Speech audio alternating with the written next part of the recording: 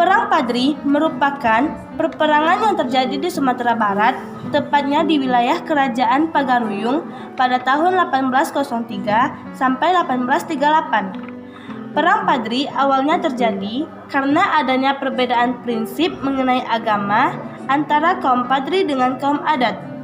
Namun, lama-lama Perang Padri menjadi perjuangan melawan penjajahan Belanda karena kaum Padri dan kaum adat bergabung menjadi satu berjuang melawan Belanda. Latar belakang Perang Padri. Sejarah atau latar belakang Perang Padri dimulai pada 1803 ketika 3 orang Minangkabau pulang dari Makkah usai menjalankan ibadah haji di Tanah Suci. Mereka dikenal dengan nama Haji Miskin, Haji Sumani, dan Haji Piobang. Seorang ulama bernama Tuanku Nan Renceh tertarik untuk ikut adil dan mendukung niat ketiga haji yang baru saja pulang dari Tanah Suci itu. Akhirnya, Tuanku Nan Renceh bergabung dan mengajak orang-orang lain untuk turut serta. Mereka tergabung dalam kelompok bernama Harimau Nan Salapan.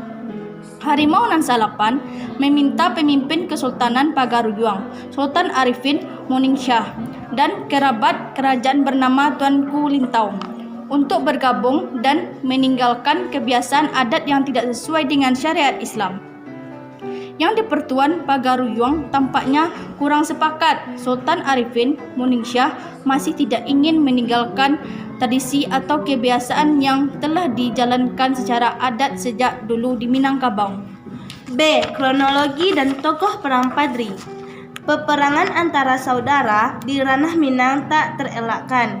Pada tahun 1803, seorang tokoh ulama bernama Tuanku Pasaman memimpin serangan kaum Padri ke Kerajaan Pagaruyung. Perang ini menyebabkan Sultan Arifin Moningsyah melarikan diri dari istana.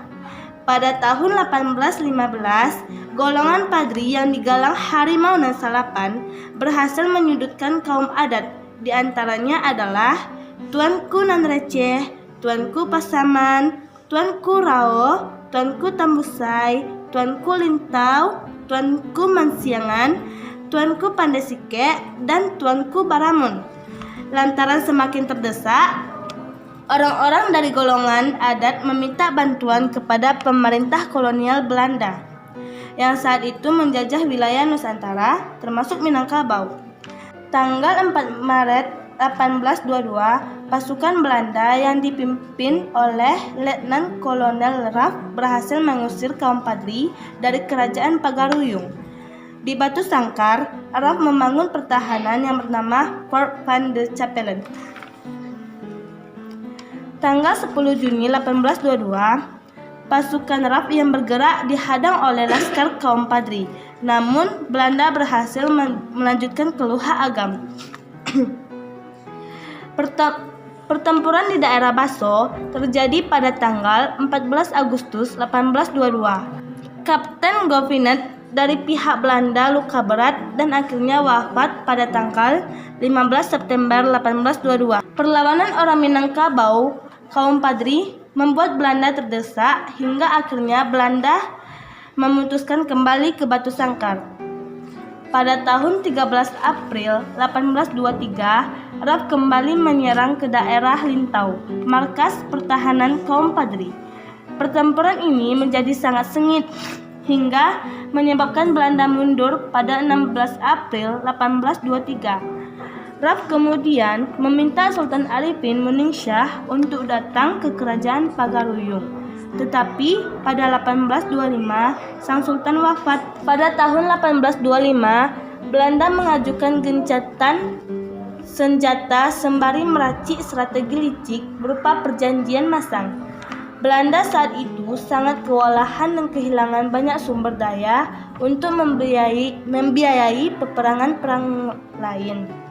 Saat masa gencatan inilah, Tuanku Imam Bonjol adalah salah satu pemimpin kaum Padri mencoba mengajak kaum adat untuk bersatu karena lawannya sesungguhnya itu adalah Belanda. C. Berakhirnya Perang Padri. Setelah Perang Jawa berakhir pada 1830 dan ditangkapnya Pangeran Diponegoro dan siasat licik, Belanda kembali memusatkan fokus ke Minangkabau. Pasukan kolonial membangun benteng di Bukit Tinggi bernama Fort de Court.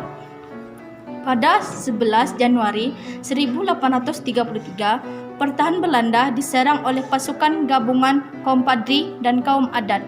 Menyadari hal tersebut, Belanda mengatur siasat kembali. Belanda beralih bahwa kedatangan mereka hanya untuk berdagang dan menjaga keamanan dengan rakyat Minangkabau.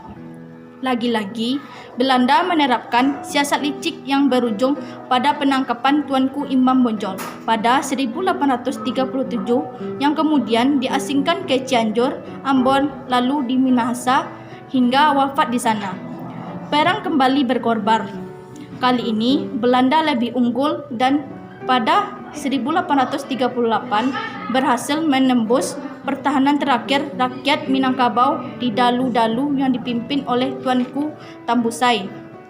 Tuanku Tambusai dan beberapa pengikutnya yang selamat pergi ke Negeri Sembilan di Semenanjung, Malaya.